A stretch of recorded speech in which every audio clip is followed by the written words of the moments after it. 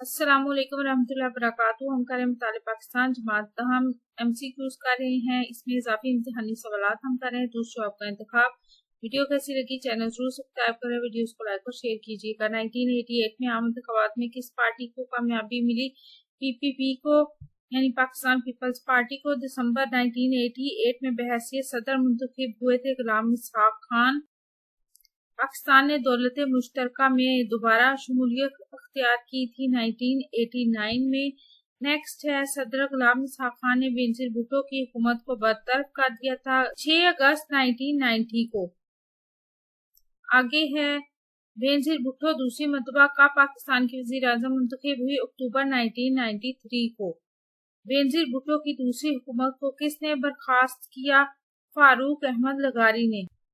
آگے ہے، میاں محمد نواز شریف نے پہلی بار ملک کے وزیر اعظم کا حلف اٹھایا نومبر 1990 میں۔